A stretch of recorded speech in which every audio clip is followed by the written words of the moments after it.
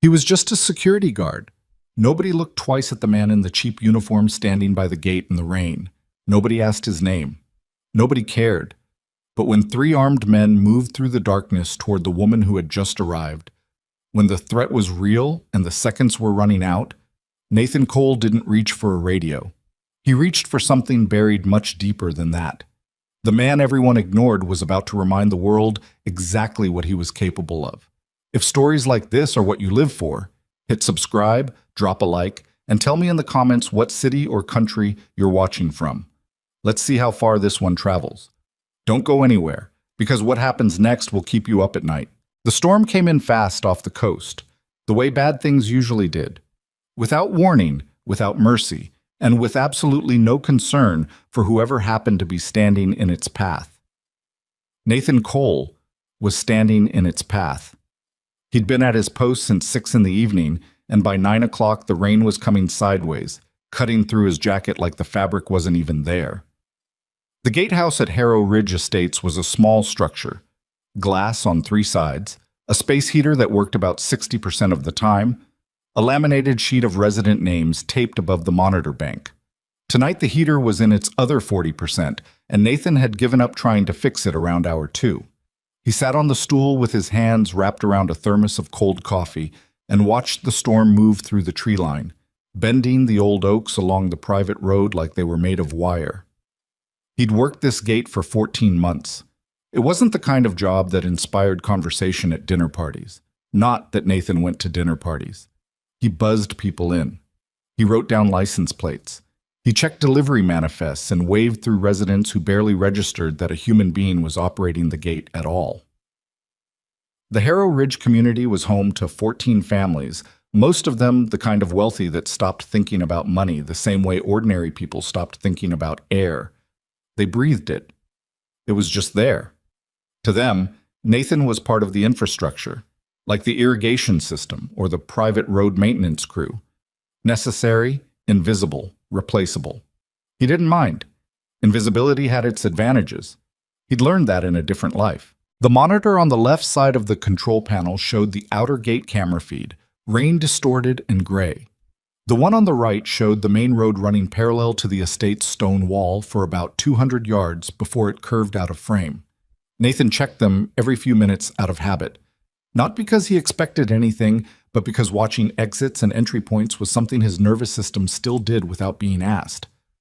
14 months of nothing. He poured the last of the cold coffee into the lid of the thermos and drank it. Sophie had texted him at 7:30. "Mrs. Aldrin let me stay for dinner. She made that pasta you like.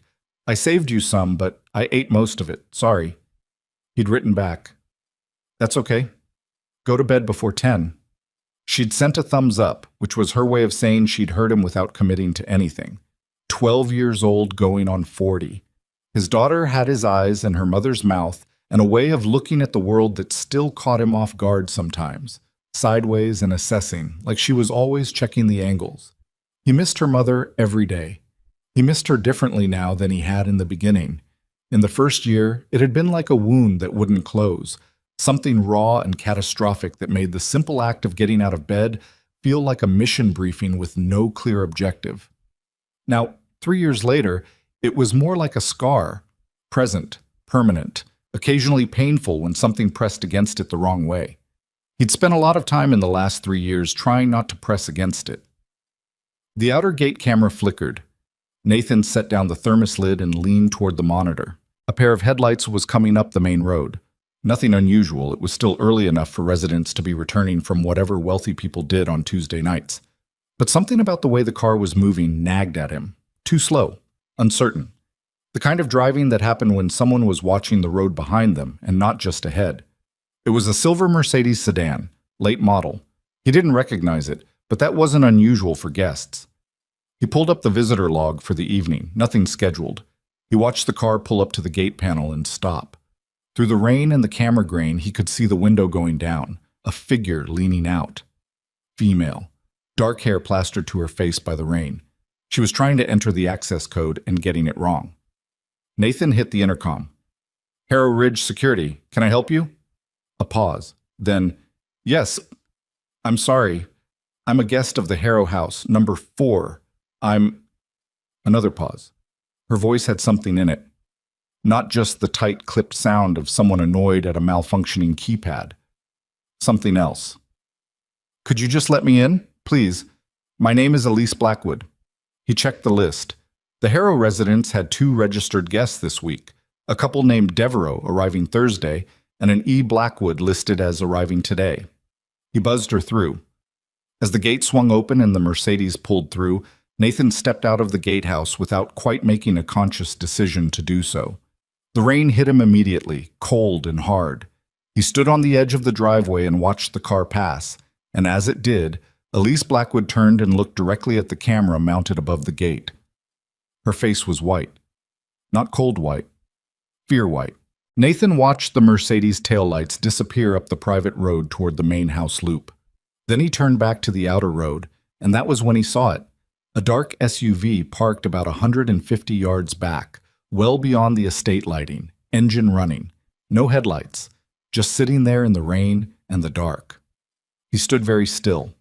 A few years ago, a therapist he'd seen for about 6 sessions before he stopped going had told him that hypervigilance was a trauma response, that his brain had been recalibrated by years of operating in environments where threat detection was the difference between going home and not going home, and that the civilian world would never quite trigger the same levels of alert, and that this was good, and that learning to trust the lower-stakes version of reality was part of the process. Nathan had nodded and scheduled the next appointment and then never gone back. The dark SUV sat in the rain with its engine running and no lights on. He went back inside and pulled up the rear camera feeds, cycling through the angles he had coverage for. The SUV wasn't doing anything, just sitting. That was almost worse. A car that moved was going somewhere. A car that sat was watching. He checked the clock. 9:47. He picked up his radio and called the overnight number for estate management and got the answering service, which meant Davis, the actual manager, was unreachable until morning. He left a message noting the stationary vehicle and recommending they pull the camera footage. Then he sat back on the stool and looked at the monitors. The SUV's headlights came on. It pulled forward slowly, without urgency, and stopped at the gate.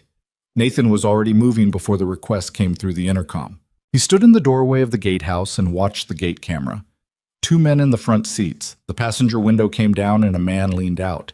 Mid-30s, short hair, the kind of physical build that didn't come from a gym membership but from something more purposeful. "Evening," the man said. His voice was pleasant, controlled. "We're with Ms. Blackwood's security detail. She may have forgotten to add us to the access list. We'd appreciate being let through."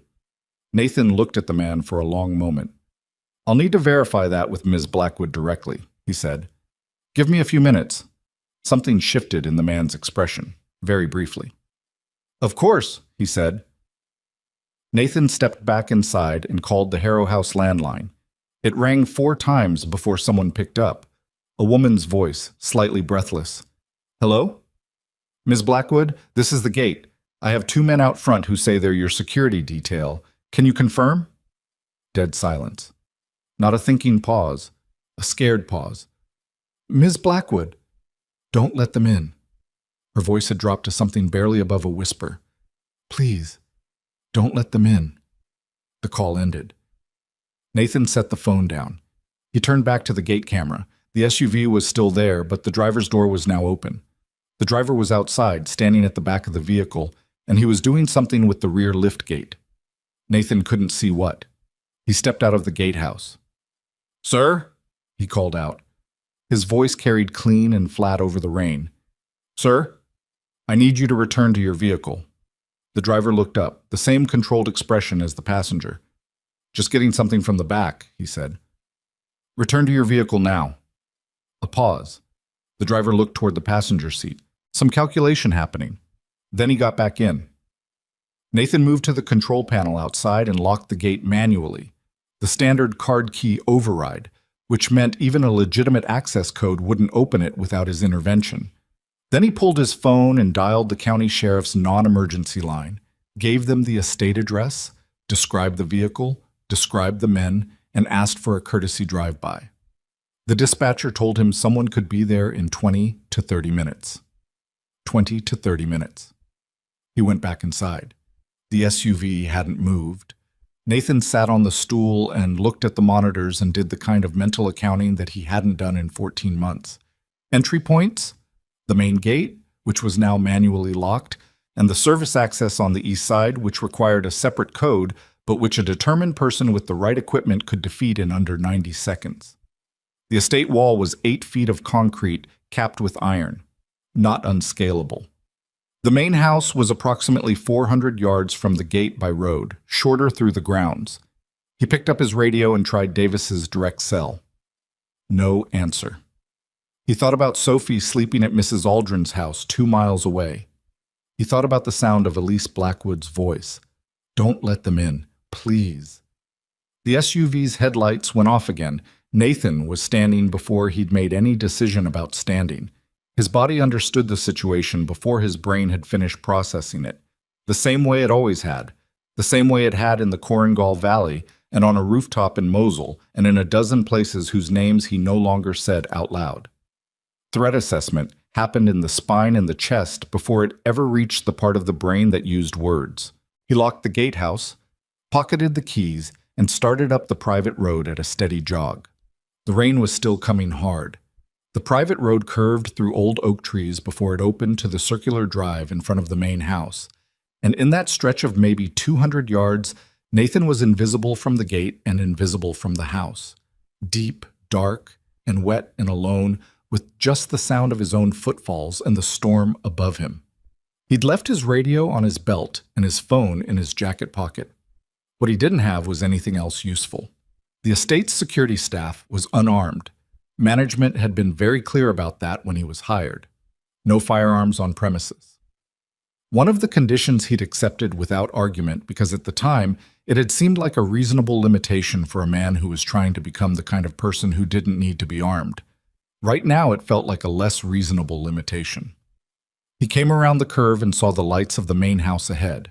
The Harrow place, a stone and glass structure that probably had a name and a history and a wine cellar. The circular drive was empty except for the silver Mercedes. Nathan moved off the road and came around through the garden path on the north side, habit moving his feet quietly without thinking about it. He saw the man before the man saw him. One of them had gone around. While the driver and passenger had kept Nathan occupied at the front gate, a third man had come over the east wall. Nathan spotted the section where he'd landed, a divot in the wet grass, boot-shaped. The man was moving along the east face of the house in a crouch, heading for the service entrance. Nathan stopped. He calculated the distance, 20 yards. The man hadn't seen him. He was focused on the door. Nathan stepped off the garden path onto the grass, and the wet ground swallowed his footsteps, and he moved across the space between them with the kind of absolute quiet that 14 months of security guard work hadn't taken out of him any more than it could take out the color of his eyes. He got within arm's reach before the man sensed something and started to turn. Nathan put him down fast and clean, no theater, no wasted motion. The man hit the wet grass, and Nathan had both his wrists secured behind his back with the flex ties he kept on his belt. Standard issue, the only thing close to useful equipment he'd been given, before the man had processed what had happened to him. "Stay down," Nathan said quietly. "Don't make noise." He left the man on the grass and moved to the service door and found it already compromised. The lock had been dealt with, the door standing slightly ajar. They'd sent the third man ahead before the conversation at the front gate. The entry team was already in position. The two at the gate were distraction. Nathan pushed through the service door. The house was dim inside, low lighting in the entry corridor. He moved through the kitchen, utility hall, following the layout he'd memorized across 14 months of delivering package manifests to the front desk. The main rooms were to the left, the staircase to the right.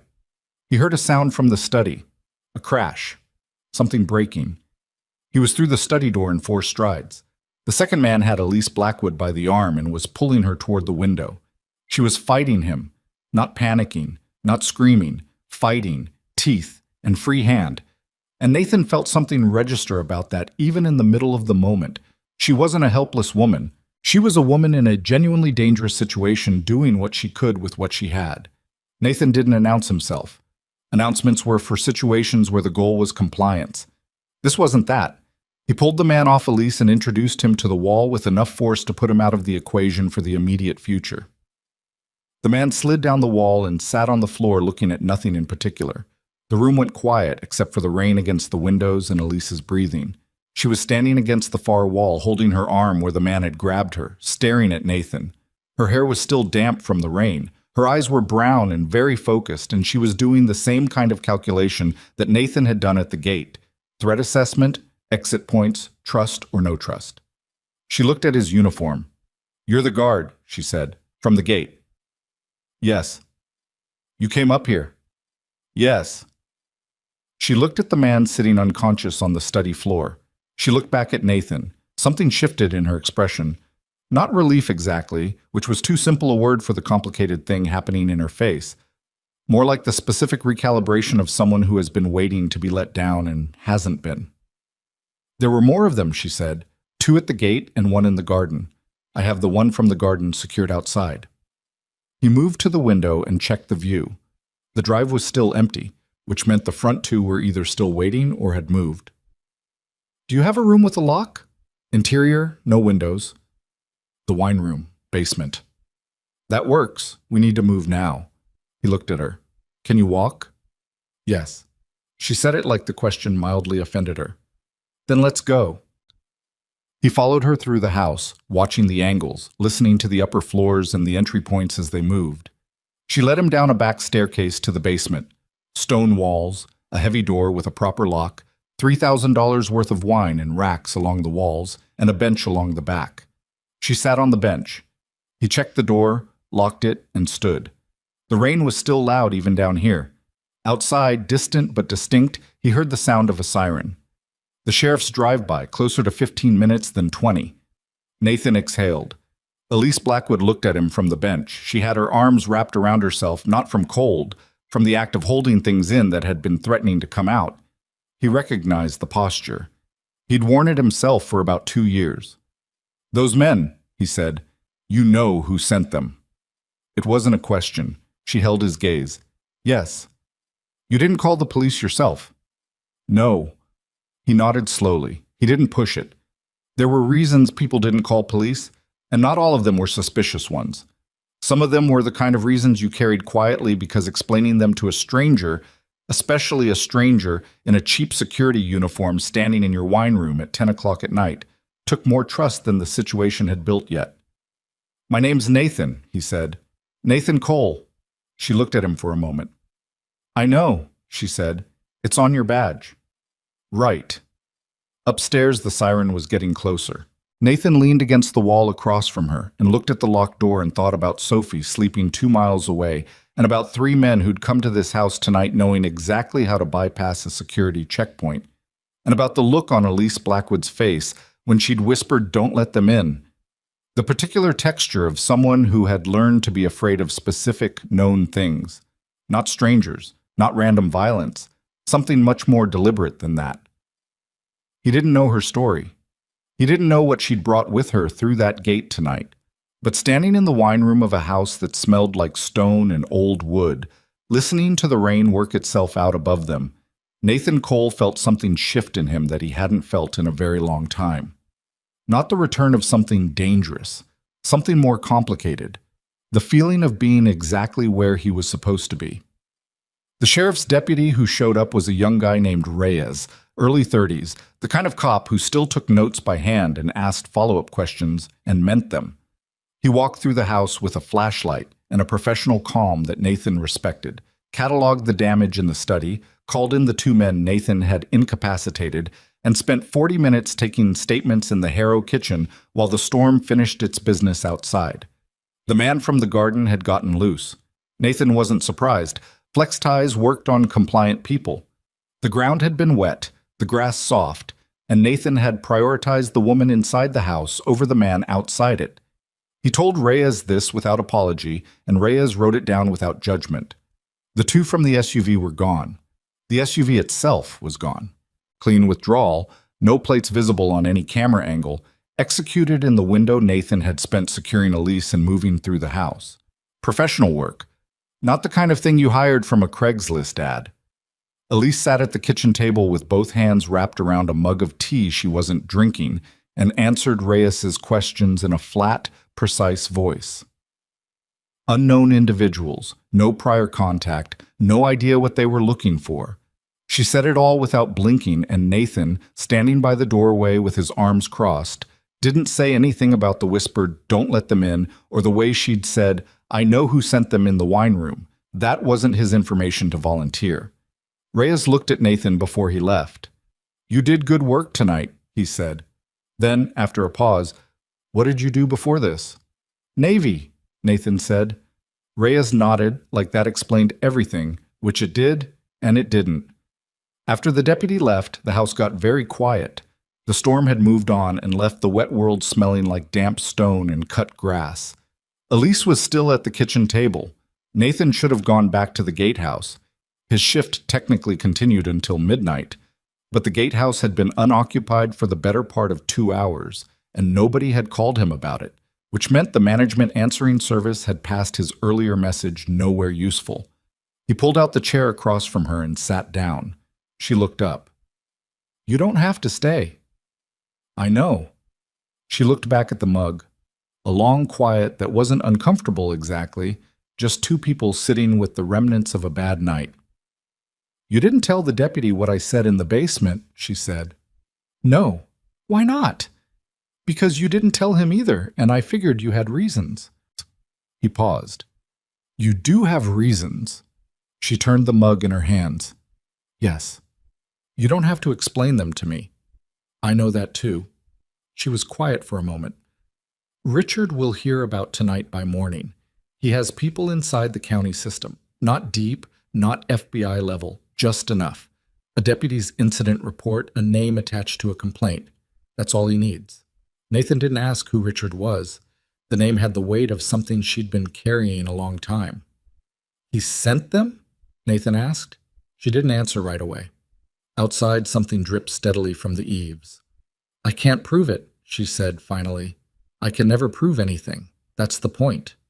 That's how he built everything." Nathan looked at her.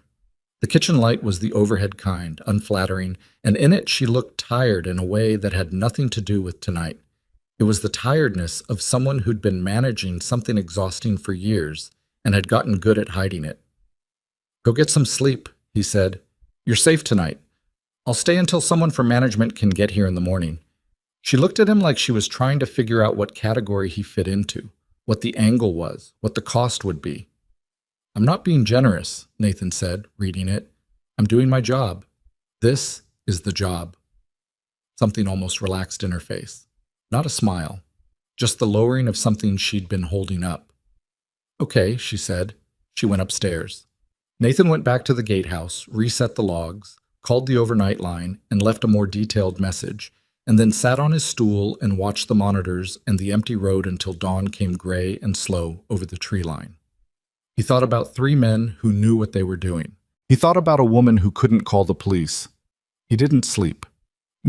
Estate management sent someone by 9 in the morning, a facilities coordinator named Greg, who walked through the damage in the study with a clipboard and a pained expression and said things like, "We'll need to loop in legal, and the Harrows are going to be very concerned about this." Nathan gave him the incident report he'd already written by hand, answered his questions, and was told he could take the rest of the day. He drove home. The apartment was a 2-bedroom in a complex that wasn't ugly but wasn't anything either. Beige walls, low ceilings, a kitchen that got afternoon light when the weather cooperated. Nathan made eggs and toast and sat at the table and ate without tasting it, which was a habit he'd developed sometime in year 2 of widowhood and hadn't broken. Sophie came home from Mrs. Aldrin's at 11. She came through the door with her backpack over one shoulder and a look on her face that said she was calculating something. "You look terrible," she said. "Good morning to you, too." She dropped her bag on the couch and came into the kitchen. 12 years old, dark hair pulled back in a messy way that she insisted was intentional, her mother's expression when she thought someone was underestimating her. She opened the refrigerator, looked at its contents, closed it again. "Did something happen at work?" "Quiet night," Nathan said. She looked at him. She had a way of looking at him that reminded him uncomfortably of being debriefed, patient, attentive, waiting for the thing you weren't saying. He'd never figured out if she'd always had it or if she'd developed it after losing her mother, this particular vigilance about what the adults in her life were leaving out. Mrs. Aldrin made actual pancakes this morning, she said, letting it go, with blueberries. She said you should come for dinner sometime. I'll think about it. That means no. It means I'll think about it. Sophie poured herself a glass of water and leaned against the counter and looked at him with the frank assessment of someone who had decided to love you exactly as flawed as you were, but wanted you to know she'd noticed. You should sleep, she said. You have that thing you do when you haven't slept, where you chew on the inside of your mouth. He stopped chewing the inside of his mouth. Go to bed, Dad. He went to bed. Minutes. He was back at the estate by 6 that evening. The study had been tidied, estate staff moved fast, and Elise was still there, which surprised him. He'd half expected her to be gone, checked out, moved to a hotel or a different property, or wherever people like her went when something went wrong. She was in the garden instead, sitting on a stone bench near the east wall, with a book open in her lap that she wasn't reading, staring at the grass where the third man's boot prints had left marks. The grounds crew hadn't gotten to that section yet. Nathan came around the garden path and she heard him coming and didn't startle, which told him something. Either she'd been listening for him specifically, or she'd gotten enough sleep to get her startled response back to baseline. Possibly both. You came back, she said. It's my shift. I thought they might reassign you after last night. Management seems mostly concerned about liability. He stopped a few feet from the bench. The garden smelled like wet earth and something that bloomed at night. How are you? I've been better. She closed the book. I've also been worse. She said it without drama, like a weather report. My arm is bruised where he grabbed me, nothing serious. You were fighting him when I came in. I was trying to. You were doing fine. She glanced up at that, checking for condescension, finding none. I took 3 months of Krav Maga 2 years ago, she said. My instructor told me I was too controlled. That real danger would unlock something. She paused. He was right. I bit that man's hand hard enough to draw blood. Nathan almost smiled. It was the first time in this whole situation he'd come close to it. She shifted on the bench. Sit down if you want. He sat on the far end of the bench, the proper professional distance. Can I ask you something? She said. Sure. Last night, the way you moved through the house, the way you handled them. That wasn't security guard training. She wasn't accusing him, just stating it plainly. What did you actually do? In the Navy? SEAL, he said. She absorbed that. And now you're working a gate. Now I'm working a gate. She didn't push it, which he appreciated. Most people pushed it, wanted the story, wanted the arc, the fall from the exciting thing to the quiet thing because it made better conversation. She just nodded and looked at the garden. My husband's name is Richard Blackwood, she said. You probably already looked him up.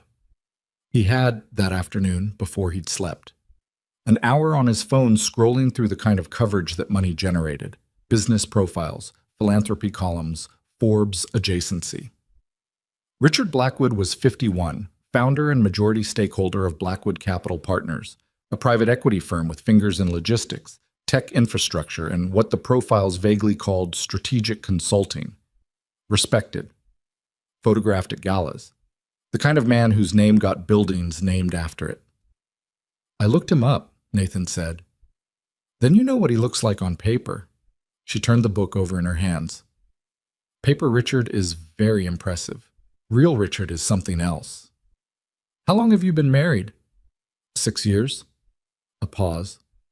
Together for 8. I was 22 when we met. He was 43. He was the most confident person I'd ever been in a room with. She said it without nostalgia, like she was describing a decision made by a different person. Confidence that sighs, when you're 22, it reads as security. It takes a while to understand what's actually underneath it. Nathan was quiet. He didn't hit me, she said, preempting something. I want to be clear about that. Richard is too intelligent for anything that leaves marks. What he did was, he built a world and put me in the center of it and then made sure every exit required his permission. My company, Elise Blackwood Inc., is technically mine. Built it myself over 7 years. But Richard structured the early financing through his own instruments, which means there's leverage embedded in the foundation that he can pull whenever he wants. She exhaled slowly. I've been trying to untangle it for 2 years, quietly, because if he knows I'm untangling it, he can collapse the whole thing before I have anything solid enough to survive on.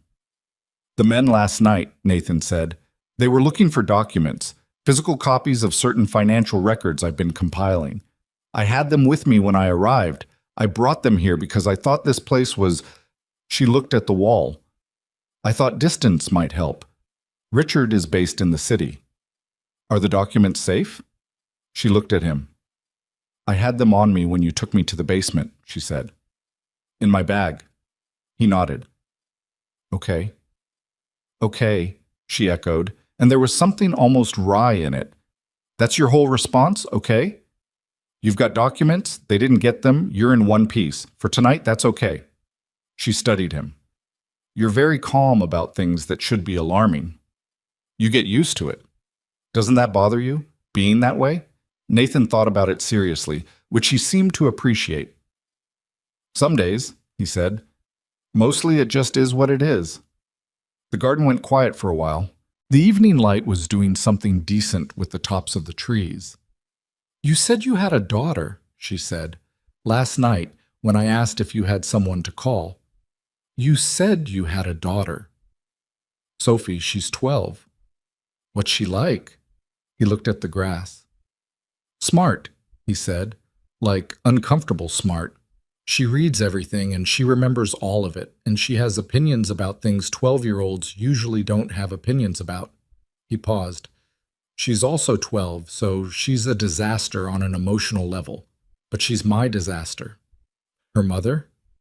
Car accident 3 years ago. Elise was quiet for a moment. I'm sorry. Yeah. Another silence, different from the first. The specific texture of two people who had both lost things acknowledging each other's losses without making it a performance.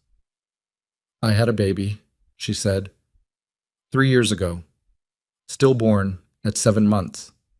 She said it in the same level voice she used for everything, but her hands tightened slightly on the book. Richard insisted on keeping the pregnancy private, so when it happened, there was no one outside the hospital who knew, no one to grieve with, no one who even knew to ask. She looked at the wall.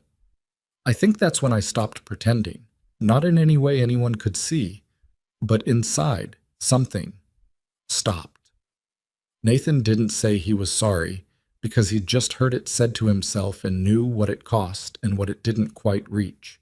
Instead, he just sat with it, which was sometimes more than words anyway.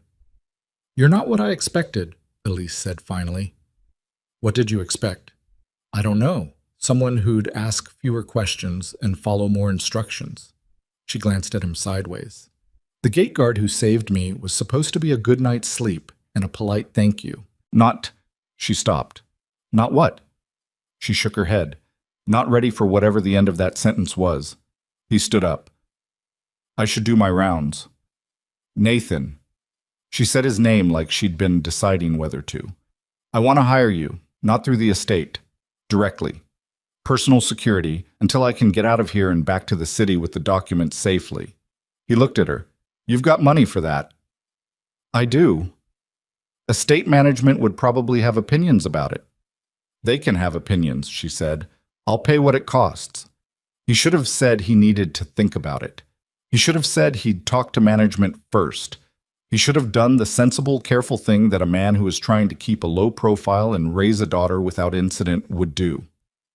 I'll need to adjust my schedule, he said. I have a kid. I know. Bring her here if you need to. The estate has room. He looked at her for a long moment, and she held the look steadily, not asking for anything she hadn't already asked for, not performing more confidence than she had. I'll start tomorrow, he said. What Nathan couldn't have articulated at the time, wouldn't have wanted to try, because articulating things was not generally how he processed them, was the feeling that Elise Blackwood had walked into the estate that night carrying something he recognized. Not the danger, specifically. Not even the fear. But the particular quality of someone who had been operating alone in a difficult situation for so long that the aloneness had become structural, load-bearing, and they'd forgotten what it felt like to have another person in the equation. He knew that feeling like he knew the layout of a building he'd been inside 1,000 times. He told himself he was taking the job because it was a job, and the money was better than the estate management rate, and Sophie's school shoes needed replacing, and the car needed a brake job. These things were true. They weren't the whole truth. Over the next 5 days, Nathan settled into a rhythm at the estate that was different from anything he'd done in his 14 months there. He did the gate hours when he was scheduled, but increasingly the work was upstairs, walking the perimeter with a notebook, mapping the sight lines and the weak points, identifying the 2-camera blind spots that the intruders had clearly known about in advance, which continued to bother him.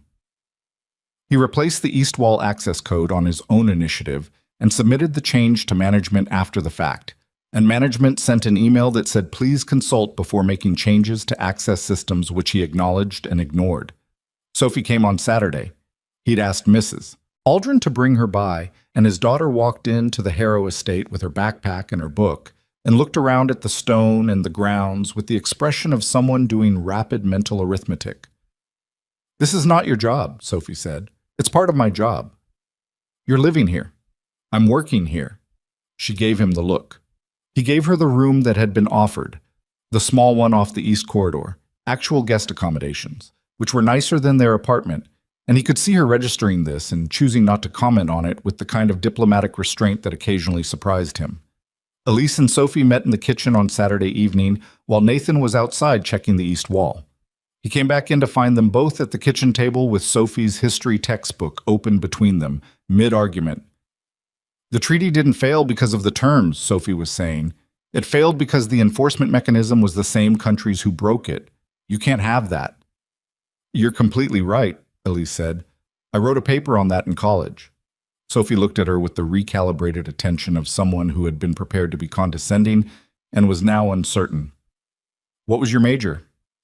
"Economics and international policy. Double." "That's not useless," Sophie said, which from her was high praise. Nathan stood in the doorway and watched them and didn't say anything. It was the most normal 10 minutes he'd had in a long time. The surveillance car appeared on Wednesday. Nathan noticed it first on his morning perimeter walk. A gray sedan parked on the public road outside the estate boundary, just at the edge of the camera's useful range. Different from the SUV, different plates, different model. But the same quality of stillness, the same idling patience of something waiting rather than going anywhere. He photographed it on his phone and wrote down the plates. He didn't call Reyes yet. What he had wasn't a crime, just a car on a public road. But he started cross-referencing angles and discovered that the sedan's position gave a clean line of sight to the east garden where he and Elise had been sitting Tuesday evening. Someone had been watching them. Not from outside the estate, trying to get in. From a position that had been chosen specifically to observe without being immediately identified as a threat. The calculation was different from the first attack. Less violent, more patient. Which meant whoever Richard was running this through had recalibrated after the failure at the gate. They'd stopped trying to retrieve the documents by force. Now they were collecting information. Nathan sat with this for a while. He didn't mention it to Elise immediately, not because he was keeping things from her, but because he wanted to understand the shape of it first. The shift from active intrusion to passive surveillance was a specific kind of decision.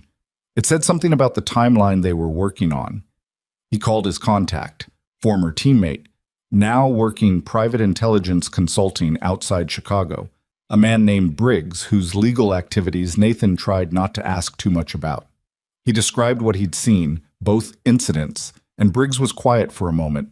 "The professional entry team with prior knowledge of the security layout," Briggs said. "That's not contractor work, that's in-house." "Meaning?" "Meaning whoever Blackwood used, they had access to the estate security specs before the night. Gate override codes, camera placement, staff schedule.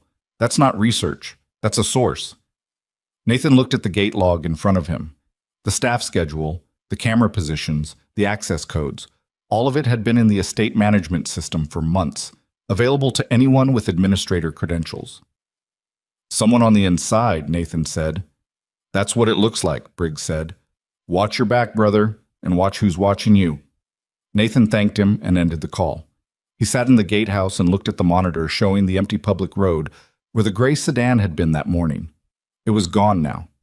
But that wasn't reassuring. Things that disappeared didn't stop existing. They just moved somewhere you couldn't see them anymore, and they kept watching, and they waited for you to believe the quiet meant safety. Nathan had learned a long time ago, in places with different kinds of danger but the same fundamental mechanics, that the quiet was often the most dangerous part. He locked the gatehouse door and started writing down everything he knew. The list Nathan made that night covered 3 pages of a yellow legal pad he'd found in the gatehouse desk drawer. And by the time he was done, it had the uncomfortable quality of something that made too much sense. Entry team with prior knowledge of the security layout, camera blind spots they'd navigated without hesitation. The gate override codes, the staff schedule, the east wall access, all of it institutional knowledge, the kind you only got from inside. He'd been at the estate 14 months, and in that time the management system had gone through 2 software updates, both of which had required staff to re-enter credentials, both of which would have generated access logs that an administrator could read. He went through the visitor logs for the 6 weeks before Elise's arrival. Nothing stood out. The usual delivery manifests, resident guests, maintenance contractors.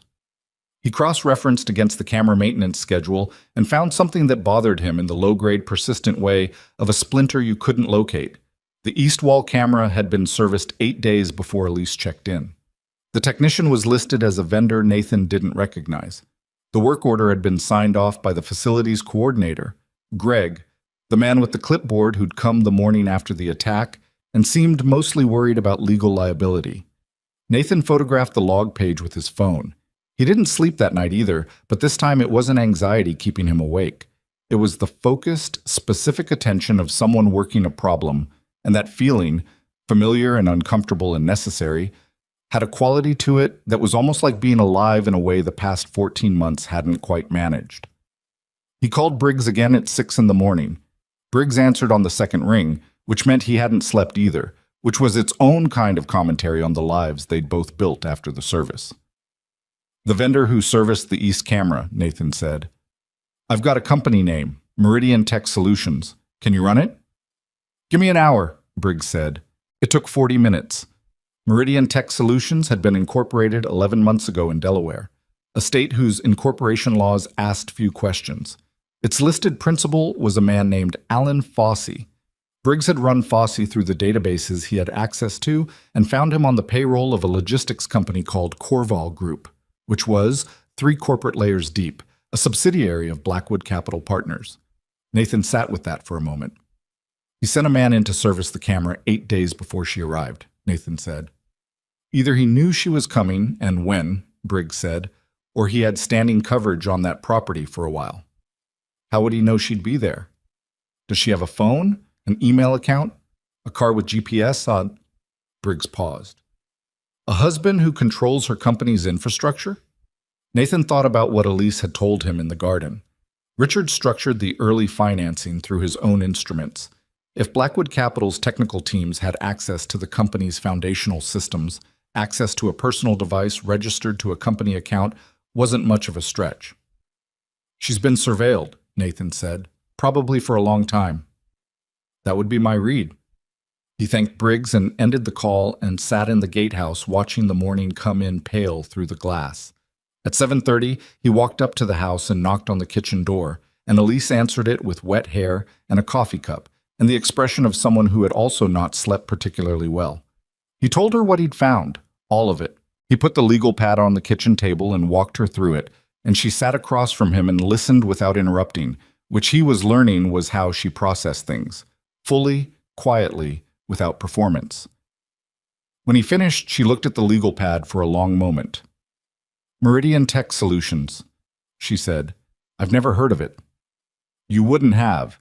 It's clean on the surface. But you're saying Richard had this property covered before I even arrived. She turned her coffee cup in her hands. He knew where I was going. Yes. She nodded slowly. I told my assistant about coming here. She books everything through the company system. Is she trustworthy? Elise opened her mouth and then closed it again. the specific hesitation of someone recalibrating a certainty they'd been carrying. "I thought so," she said quietly.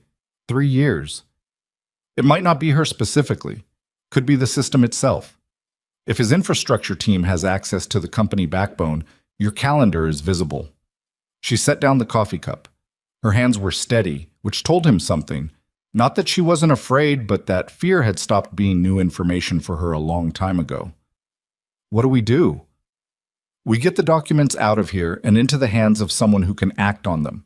Not county law enforcement. Reyes is good, but this is above his level.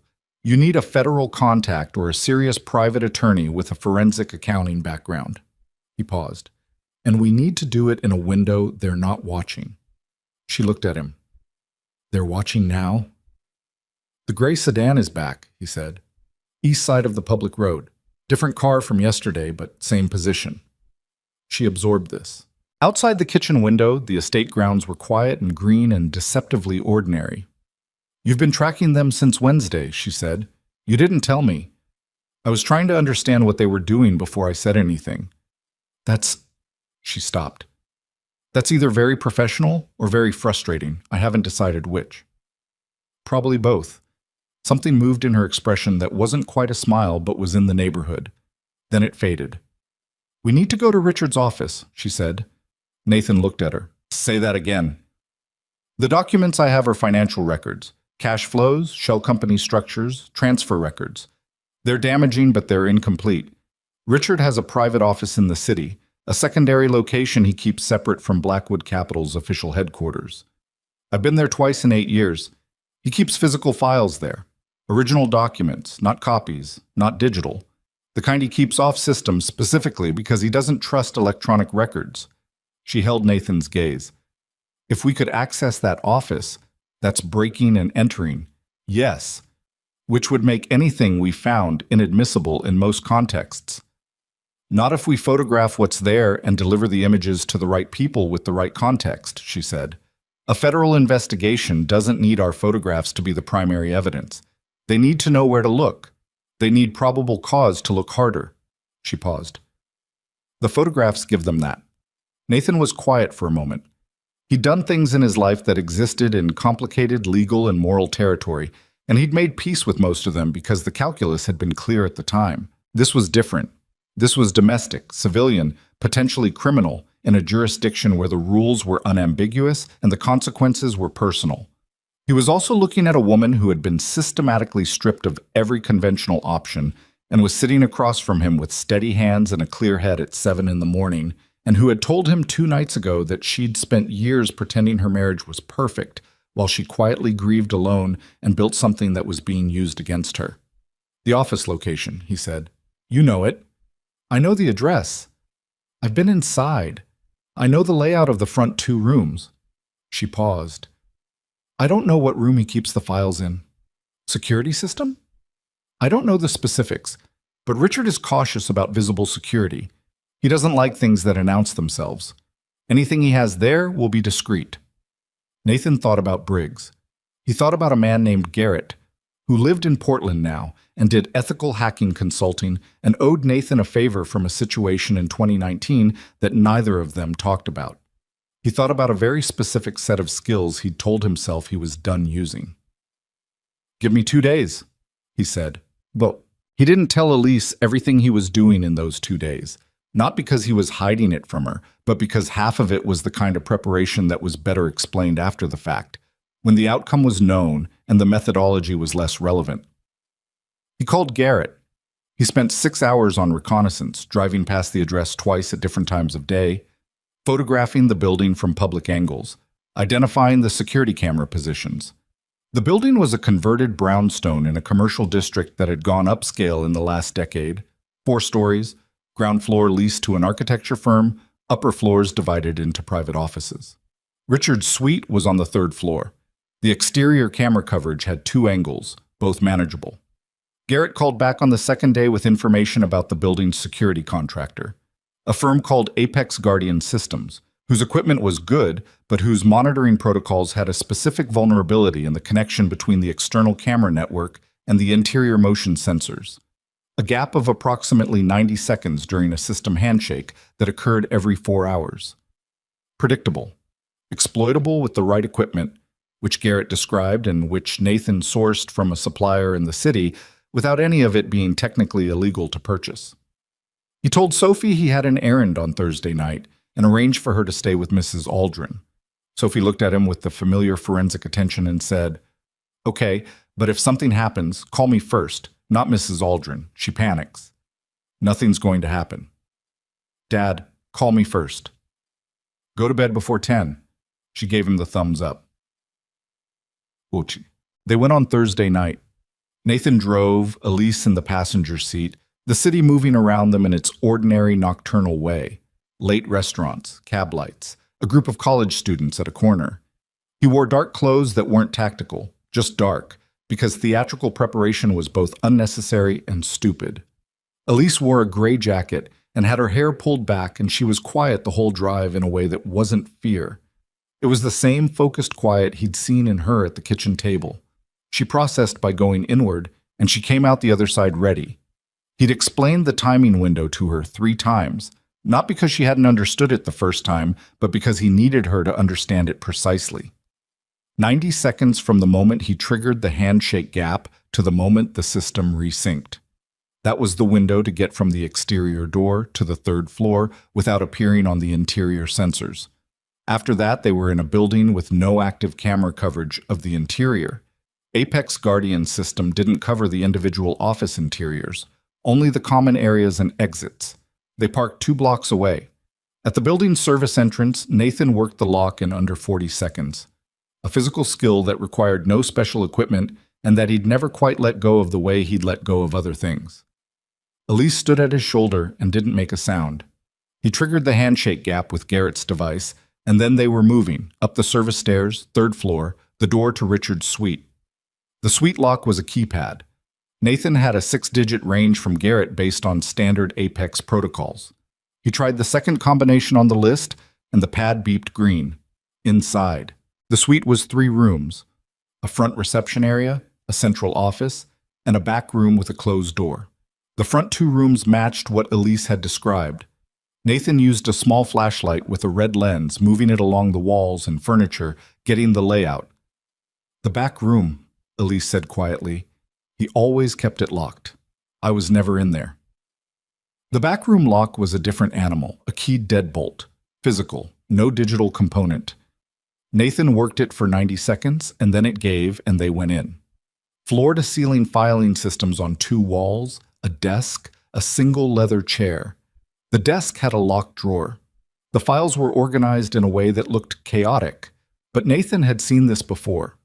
The deliberate disorder of someone who had memorized their own system and used the chaos as a barrier.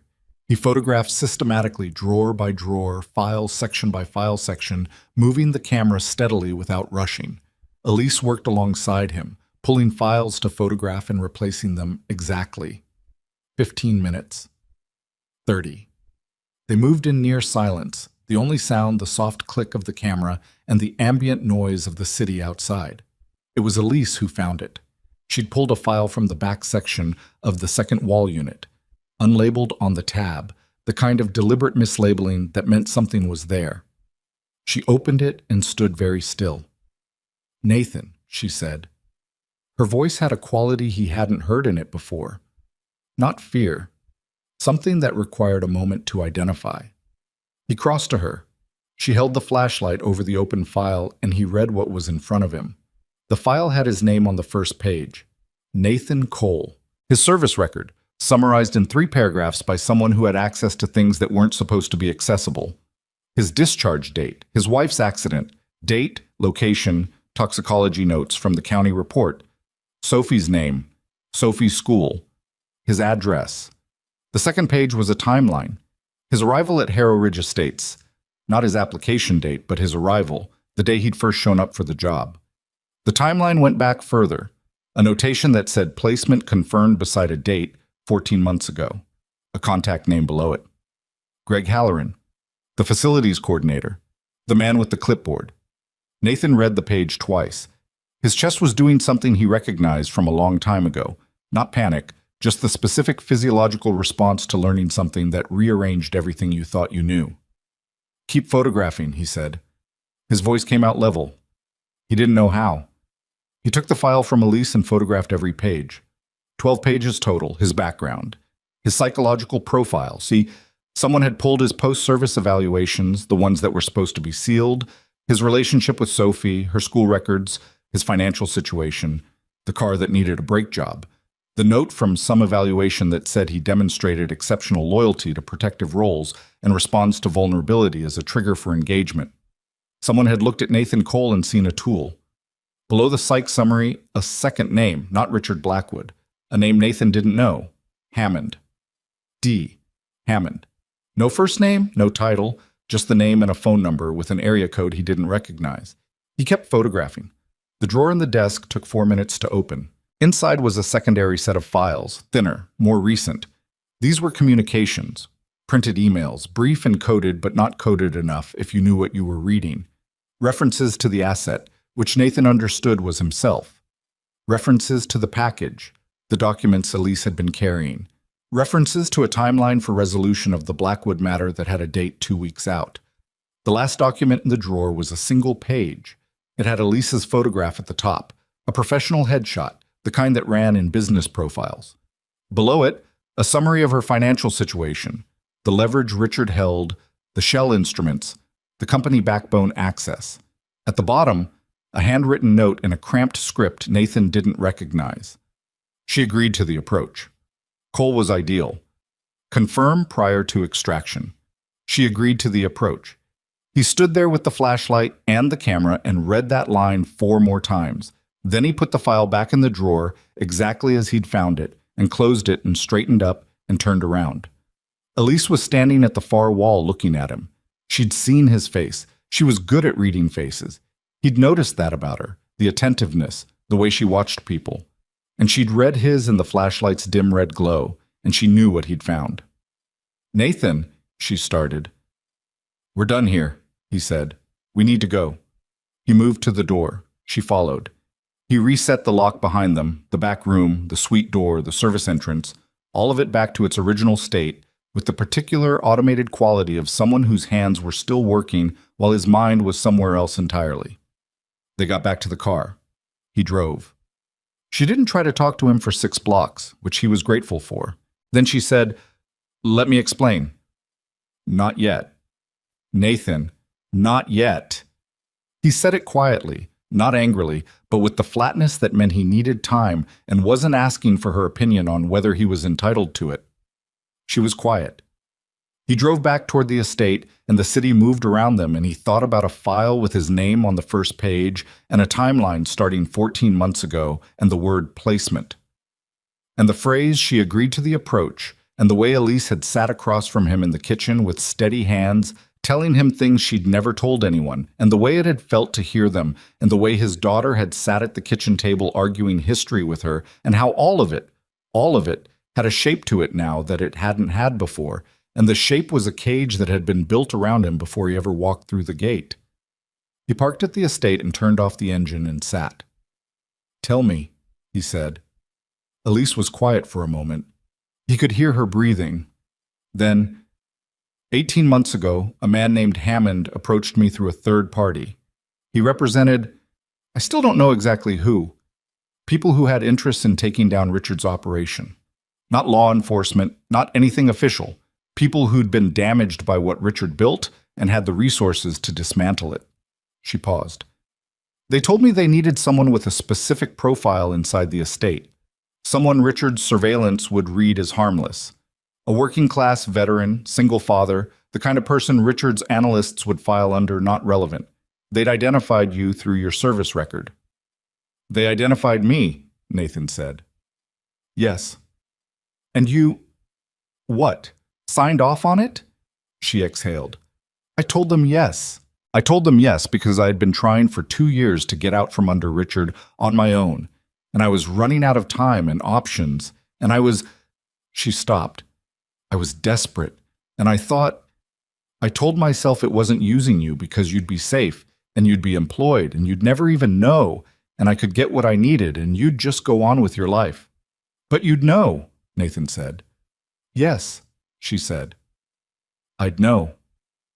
He looked out through the windshield at the dark estate road. The night at the gate, he said. The storm. Were the men Richards or were they Hammonds? A silence that lasted long enough to be its own answer.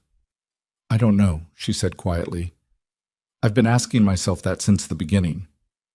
What does that mean? It means I don't know if the attack that night was real or if it was staged to create a situation that would... She stopped. Pull me in, Nathan said. Yes. He sat with that. The rain, the fear in her voice, the whispered, don't let them in, the way his instincts had brought him up that road to the house. How perfectly it had worked. Were you afraid that night? He asked. Actually afraid. She turned toward him in the dark of the car. Yes, she said. I don't know if the men were real or staged, but my fear was real, because by that point I didn't fully trust Hammond's people either. I didn't know what anyone was willing to do. She paused. When you came through that door, I don't know what I felt. Relief, guilt, both at the same time. Nathan looked at his hands on the steering wheel. Sophie's in that file, he said.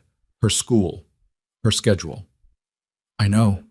Her voice broke slightly on the second word, just slightly. Nathan, I need you to understand, I didn't know they'd go that deep. Hammond's people gave me the outline. They didn't give me, but you knew they were running a profile on me. Silence. You knew they knew things about me, he said, and you let it go ahead. The silence stretched out and answered every question. Nathan got out of the car. He walked to the gatehouse and stood inside it, and looked at the monitors without seeing them. The gate was closed. The road was empty. Everything was quiet. He was so tired. Not the tired of a sleepless night or a physical task, the older, heavier kind, the tired of someone who had rebuilt themselves carefully from the specific rubble of their own life and had just found out the new structure was standing on a foundation someone else had laid for their own purposes. He thought about Garrett's device and the photographs on his phone and the faces of the men in the SUV and the gray sedan on the public road. He thought about a name, D. Hammond, a phone number with an unrecognized area code, 2 weeks until whatever resolution of the Blackwood matter meant. He thought about Elise's voice when she'd said my fear was real. He thought about Sophie. He pulled out the legal pad and drew a line down the center of a clean page. On the left, he wrote what he knew. On the right, he wrote what he didn't know. The right side was longer, but the left side was enough. Richard Blackwood had leverage over Elise and was willing to use violence to maintain it. That was true regardless of how Nathan got into the picture. Hammond's people had used Nathan without his knowledge or consent, which was a violation he wasn't going to put a softer word on. That was also true. Elise had agreed to it, and then, somewhere along the way, something in her had changed. What started as a mission became something real. He didn't know if that was true. He didn't have the equipment to be certain, not tonight. But he'd looked at Elise Blackwood every day for more than a week. He'd watched her with Sophie. He'd watched her in the kitchen at 7 in the morning with wet hair and a coffee cup. He'd watched her in the garden, talking about a child who had no grave marker and no mourners because her husband had insisted on keeping the pregnancy private. He wasn't certain, but he wasn't nothing either. He picked up his phone and looked at the photographs from Richard's office. Hundreds of them. The files and the correspondence and the shell company structures and the evidence of years of calculated harm dressed up in philanthropy columns and Forbes profiles. And the file with his name on the first page. Nathan put the phone face down on the desk and looked at the empty road on the monitors. He'd spent 14 months being invisible. He'd spent 3 years trying to disappear into a quiet life because the alternative, being the thing he was trained to be, had a cost he wasn't sure he could keep paying. But the file with his name in it had been compiled before he ever chose to disappear. The cage had been built around the idea of him, and the question of whether to accept it or dismantle it had never actually been his until right now. He picked up the legal pad and turned to a new page and started writing. The new page stayed blank for a while. Nathan sat with the pen in his hand and the legal pad on the desk, and the monitors showing nothing, and let the night be what it was. He wasn't a man who journaled or processed things by writing them down in any emotional sense. The legal pad was for information, for logistics, for the structured thinking that had always worked better for him on paper than in his head. But tonight the pen didn't move because, for the first time in a long time, he didn't know what category to put things in. Betrayal was a word he'd used sparingly in his life. It required a specific combination of trust and intention. Someone had to have known what they were doing to you and done it anyway. He'd been betrayed by people he trusted in the service, once, in a way he'd never fully talked about, and had eventually made peace with through the simple passage of time and the understanding that people under pressure make decisions that damage others in ways they don't fully account for. This was different and also the same. Elise had looked at a plan that required placing a man without his knowledge and had said yes, and then she'd sat across from him at a kitchen table and told him things she said she'd never told anyone, and he didn't know how much of either thing was real, and that uncertainty had a specific weight to it that was different from simple anger. Anger he could work with. Uncertainty just sat there. He picked up the phone and looked at the photographs again. Not the file with his name, he knew what that said. The other files, the shell company structures, the transfer records, the coded correspondence. He'd sent copies to Briggs 6 hours ago with a request to identify the right federal contact, someone with jurisdiction and appetite, who wouldn't be in Richard's pocket. Briggs had 3 contacts in the relevant space and had been making calls since midnight. At 4 in the morning, Briggs called back. "I've got someone," Briggs said. "Her name is Calloway, assistant special agent in charge out of the Financial Crimes Division. She's been building a parallel case on Blackwood Capital for 14 months, separate thread, different entry point, and she's been stalled because her primary source got spooked and went dark 6 weeks ago." A pause. "What you've got fills about 3 of the gaps she's been sitting on. Can she move fast?" "She can move faster than you'd expect if the material's what you're saying it is." Briggs paused again. "Nathan, the file with your name. You understand that's a problem for Hammond's people, not just Richard's." "I know. Whoever Hammond is, he built an operation around a civilian asset without consent. That's not legal even when the target is a bad guy." "I know that too. So what are you doing with that?" Nathan looked at the monitor. The gate was still closed. The road was still empty. In a few hours, the estate would start waking up.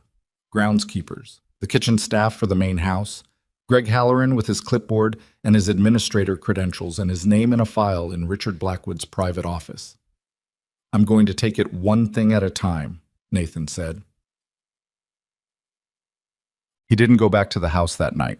He stayed in the gatehouse until 6, made coffee from the machine that barely worked, watched the dawn happen through the glass. At 6:15, he walked up the private road and let himself into the estate kitchen and started making eggs, because it was something to do with his hands and because he hadn't eaten since noon the previous day. He heard Elise come downstairs at 6:40. She came into the kitchen and stopped in the doorway when she saw him at the stove, and for a moment neither of them said anything. She looked like she hadn't slept either. She was wearing the same gray jacket from the night before, which meant she'd either slept in it or hadn't slept at all. "Sit down," he said. "Eggs are almost done." "Nathan?" "Sit down, Elise." She sat. He put the eggs in front of her and poured 2 cups of coffee and sat across from her, and for a while they ate without talking, the kitchen doing what kitchens do in the early morning, the particular functional warmth of a space designed for sustaining people. "I've been in contact with a federal agent," he said. "Financial crimes. She has an existing case on Richard. The photographs from last night could move that case forward significantly." Elise looked up from her plate. "I sent copies to an intermediary last night," Nathan continued. "The originals are on my phone. Calloway, the agent, wants a meeting, today if possible." "You moved on this?" Elise said. "After last night? After what you found?" "Yes." "Why?" He looked at her. "Because what's in those files is real regardless of how I got put in the position to find it," he said. "Richard's operation is real. The harm he's caused is real. I'm not going to sit on evidence because I'm angry at the circumstances." He paused. "I am angry at the circumstances. Those are 2 separate things." She held his gaze. Her eyes were tired and direct, and she didn't look away. "You should be angry at me," she said, "not the circumstances. Me." "I know." "Are you?" He thought about how to answer honestly without either performing more forgiveness than he had or performing more damage than he'd actually sustained. "I'm working on figuring out what I am," he said finally. Right now, I'm focused on the problem in front of us. She nodded slowly. That was enough for now, and she seemed to understand it. What does the meeting with Calloway require? She said. She'll want your testimony. Your documents plus the photographs from last night, cross-referenced with her existing case material.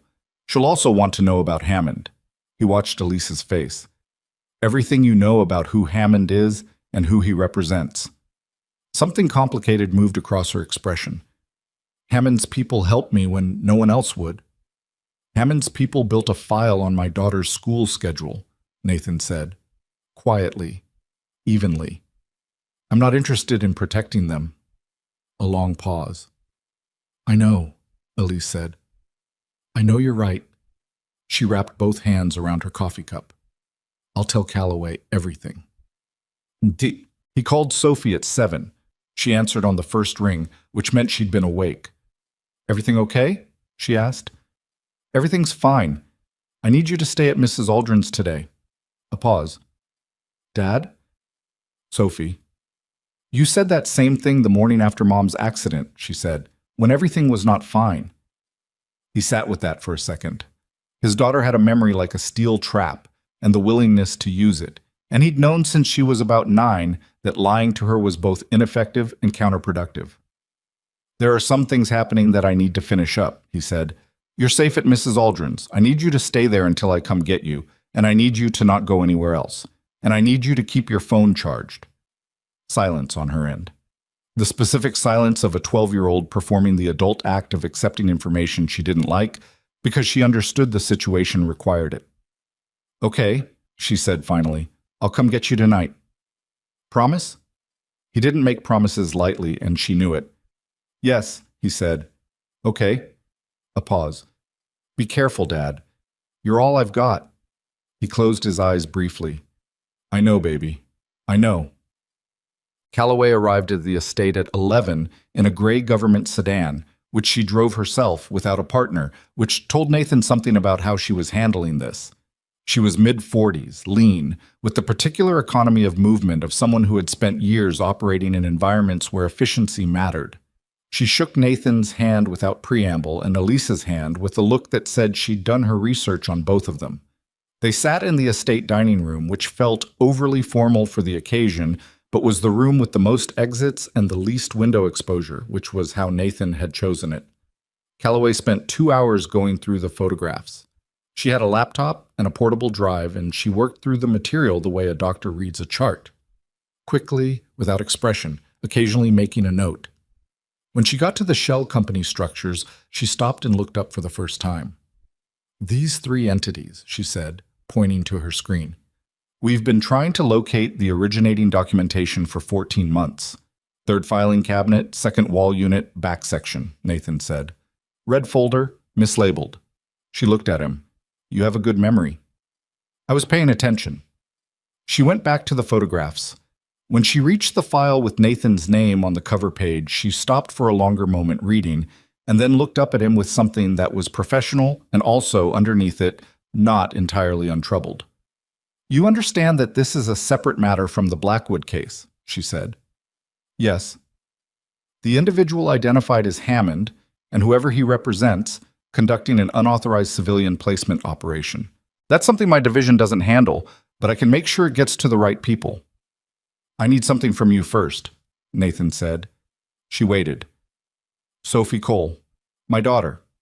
Whatever investigation comes out of this, her name stays internal. She's 12 years old and she's in that file because someone decided to put her there as leverage. And I need your word that she doesn't become a public record in any of this. Calloway looked at him for a moment. I can't guarantee what becomes public during a federal proceeding, she said. I'm not asking about the proceeding. I'm asking about your people. What you control. She held his gaze. Within what I control, she said carefully. Yes, you have my word. He nodded. Calloway turned to Elise. The next hour was Elise's testimony. Structured, precise, everything she knew about Hammond delivered in the same level voice she used for everything, only occasionally faltering on details that were personal rather than operational. The child she'd lost. The years of managed isolation dressed up as a successful marriage. The moment 18 months ago when Hammond's representative had approached her and offered something that looked like rescue and turned out to be its own set of chains. Calloway listened without interrupting. She asked follow-up questions that were sharp and specific and non-judgmental. When it was over, she closed her laptop. I need 48 hours to move this through the right channels and get authorization for what comes next, she said. In the meantime, I strongly suggest you both leave this property. Richard knows she's here, Nathan said. I know. The surveillance vehicle on the public road has been logged as of this morning. She stood. Don't go anywhere that connects to your usual patterns. Pay cash for everything. Don't use your regular phones for any communication that matters. She looked at Nathan. Do you have somewhere to go? He thought for a moment. Yes. Calloway left the way she'd arrived, efficiently, without theater. Nathan watched the gray sedan go down the private road and through the gate and out onto the main road, and then it was gone. Elise was standing beside him. Where are we going? She asked. I know a place, he said. Yes. Briggs had a property 2 hours north, a hunting cabin his family had owned for 30 years, the kind of place that existed in no database connected to Nathan or Elise or anyone in the current situation. Nathan had been there twice, once for a weekend after the service, and once the winter after his wife died when Briggs had driven up, stocked the cabin with food, and spent 4 days not asking Nathan to talk about his feelings, which had been the most useful thing anyone did for him that year. He called Briggs from a gas station payphone, one of the 4 remaining payphones in the county, which he'd cataloged at some point without consciously deciding to. And Briggs said, take it, no question, the key was under the 3rd porch step. Nathan got Sophie from Mrs. Aldrin's first. He pulled up, and his daughter came out with her backpack and looked at Elise in the passenger seat and looked at Nathan and didn't say anything except okay, with the resignation of someone who had accepted that the full story would come later. The 3 of them drove north. Sophie fell asleep in the back seat somewhere around the hour mark, her head against the window, her book open and face down on her lap. Nathan drove and Elise sat in the passenger seat and watched the landscape change from suburban density to open country, and for a long stretch of that drive neither of them spoke. And it wasn't comfortable exactly, but it wasn't hostile either. It was 2 people in a car with a sleeping child, and a lot of unresolved things, and the shared understanding that some of those things needed more space than a moving vehicle allowed. Can I ask you something? Elise said eventually. Sure. What made you go up to the house that night, the night of the storm? She looked at the road ahead. You didn't have to. You could have called the sheriff and waited. That would have been the reasonable thing. Nathan was quiet for a moment. Probably. So why didn't you? He thought about how to answer honestly.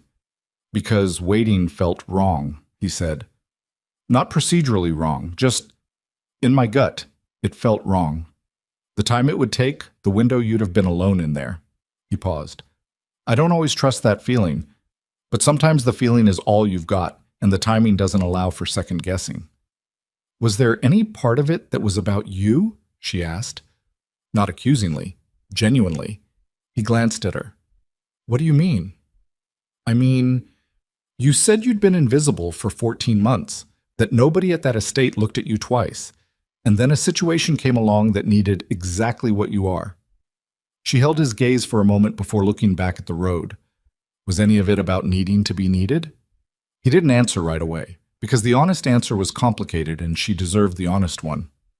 Maybe, he said finally. Probably some. I don't think that changes what the right thing to do was in the moment. No, she said. I don't think it does either. I just wondered if you'd ever said it out loud. Have you ever said out loud that you used me? He asked. Not harshly, the same quiet register she'd been using. Yes, she said. Last night, in the car. That was the first time. Yes. A pause. It won't be the last. I owe you more than one. He didn't tell her it was okay because it wasn't entirely, and she wasn't asking for that. She was just stating a fact she intended to live with honestly, and that the willingness to hold the uncomfortable thing without trying to make it smaller was something he respected even when it was directed at him. The cabin smelled like old wood and the particular mustiness of a place that had been closed for a month.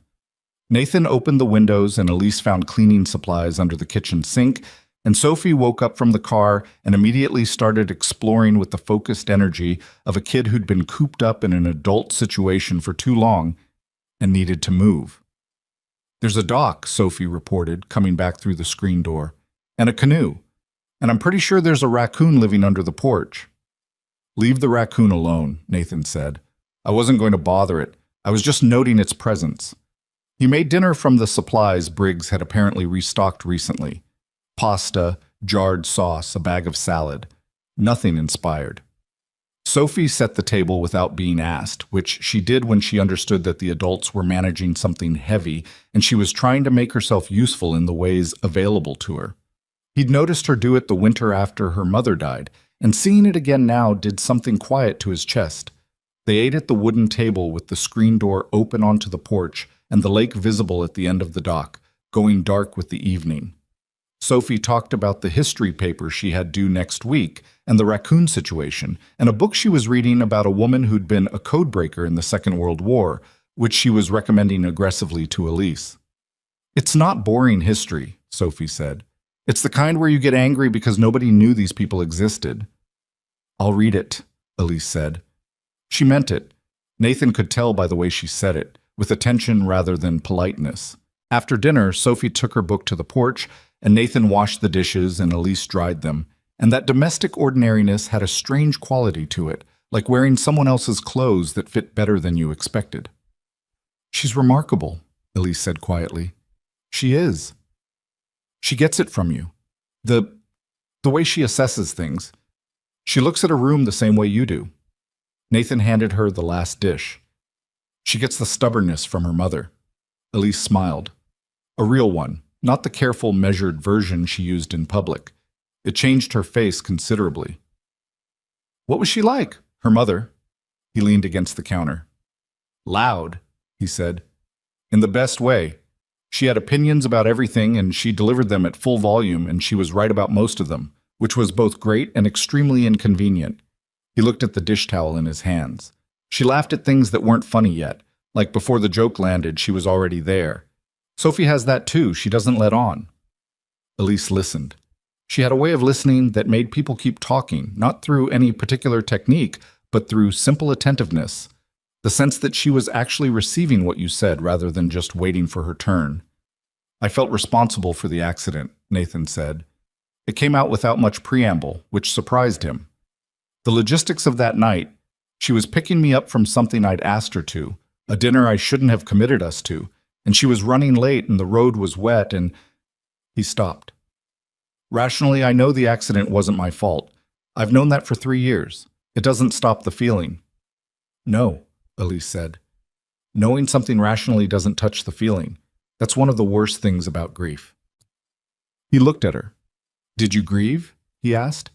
"After you lost the baby, with no one to do it with?" She was quiet for a moment. "I grieved in the car," she said. "In the car, alone, on the way to things. I'd give myself the drive there and the drive back, and then I'd get where I was going and be Elise Blackwood, CEO, wife of Richard, successful and fine." She folded the dish towel carefully. It's an incredibly efficient way to fall apart very slowly. From the porch, Sophie called in, "There are about 1,000 stars out here." "Don't fall in the lake," Nathan called back. "I'm not going to fall in the lake. I'm 12, not 6. Elise laughed, the real one again, and Nathan felt something ease slightly in the complicated territory between them. Not resolved, not simple, but slightly less like a weight, and slightly more like the first stage of something he didn't have a name for yet. Calloway called at 9 the following morning. Nathan stepped outside to take it, standing on the dock in the early light, with the lake flat and silver around him, and Sophie still asleep inside. "Authorization came through last night," Calloway said. "We moved faster than I expected because 2 of the shell company documents you photographed connect directly to an 18-month investigation that's been pending sign-off at the deputy director level. Your material provided the 3rd supporting thread." A pause. "Richard Blackwood was taken in for questioning at 6 this morning at his city residence. His attorneys are already involved, but the financial forensics team has been working through the night, And what they're finding is substantial. Nathan looked at the water. Greg Halloran, he said. Detained at 7:15. He's cooperating. Another pause. Nathan, the Hammond situation. I made 2 calls last night. The name connects to a private intelligence network that's been operating in a gray area for about 5 years. They're known to federal authorities, but not pursued aggressively because they've generally operated against legitimate targets. What they did with you represents a significant overreach even by their standards. She paused. Someone in their organization made a call that crossed a line. It's being reviewed. Reviewed, Nathan said flatly. It's the best I can offer right now. I know. He exhaled slowly. What about Elise?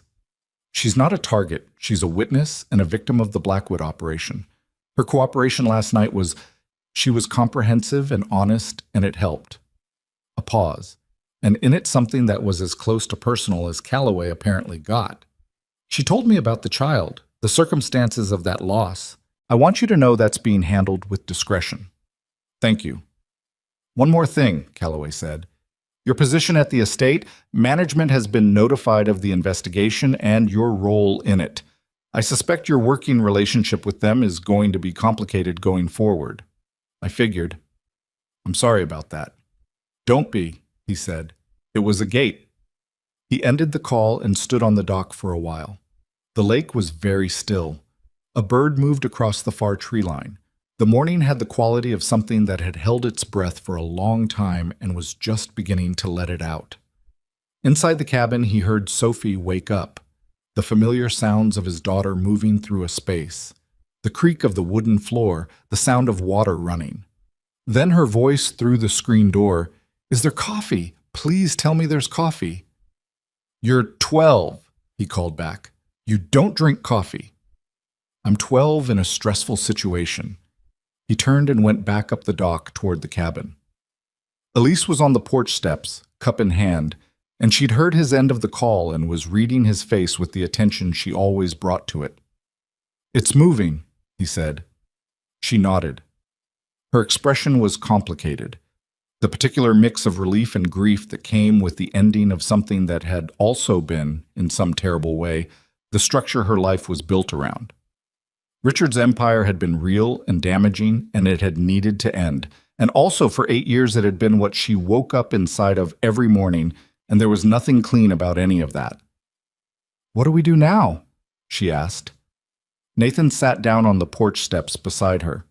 Not close, just beside her, in the vicinity of her. "Now we wait for it to work," he said, "and we figure out the rest after." Sophie came through the screen door with a glass of orange juice and looked at both of them sitting on the steps. "I found orange juice," she said, "which is better than coffee, if anyone's asking." She sat on the top step and opened her book and angled herself toward the light. Normal 12-year-old morning behavior, transplanted to an extraordinary set of circumstances with the particular adaptability of a kid who had already survived one of the worst things a kid could survive and had decided to keep going anyway. Nathan watched his daughter read. He thought about a file with her name in it. He thought about the people who had put it there and the people who had authorized the putting, and he knew that his anger about that wasn't going away anytime soon and probably shouldn't. He also thought about what it had produced. The evidence that was now in Calloway's hands, the case that was moving, the walls coming down around something that had needed walls coming down around it. He hadn't been the man in the file. He hadn't been Hammond's asset or Richard's problem or anyone's calculated resource. He'd been himself, stubborn and grieving and imperfect and caring too much. And he'd made decisions based on what he believed was right without asking anyone's permission. That, at least, was something nobody had planned. He picked up his own coffee and looked at the lake. The morning kept going. The federal case against Richard Blackwood moved with the specific momentum of something that had been gathering pressure for a long time and finally found its release point. Calloway had described it as moving faster than expected, which in federal terms meant weeks rather than months. But those weeks had their own texture. Slow in some places, violent in their speed in others. And throughout it all, Nathan and Elise and Sophie existed in a strange, suspended state at the cabin, while the larger machinery did what machinery does when it finally engages. Nathan followed the developments through Calloway's updates and through Briggs, who had sources inside the financial crimes community and who called every few days with information that Nathan absorbed and mostly kept to himself. The shell company's structures had unraveled faster than Richard's attorneys could manage.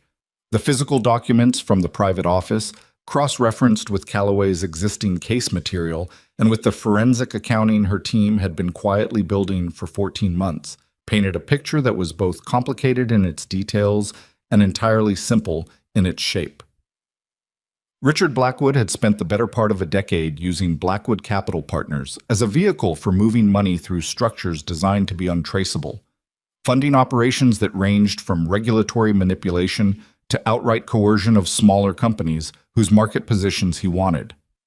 The logistics firms he controlled through the subsidiary layers had been used to manage the physical infrastructure of several of these operations: storage, transport, the movement of people and things that never appeared on any official manifest. Greg Halloran had cooperated fully within 48 hours of his detention. He'd been recruited by Richard's operation 3 years ago, before Nathan had ever arrived at Harrow Ridge, and his role had been exactly what Nathan had deduced: maintaining administrator access to the estate's security systems and providing updates on residents and staff that could be useful to Richard's intelligence apparatus. He'd identified Nathan as a potential asset based on Nathan's background appearing in a routine employment background check and had flagged it to his handler. The rest had moved up the chain to Hammond's organization, which had then approached Elise. The full shape of it, when Nathan finally had all the pieces, was both more and less sinister than he'd imagined.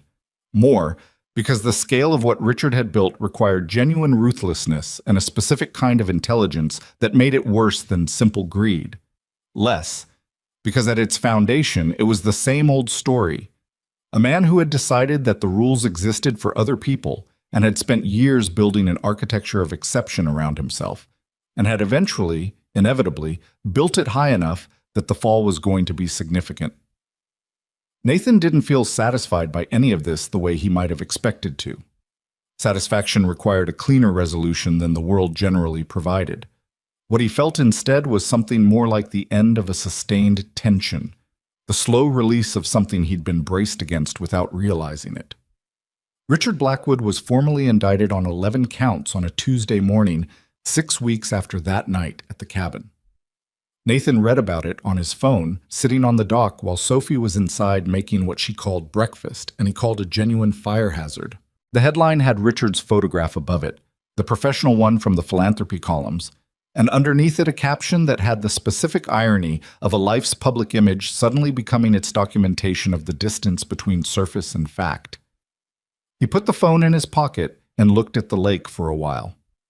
Elise left 3 days after the indictment.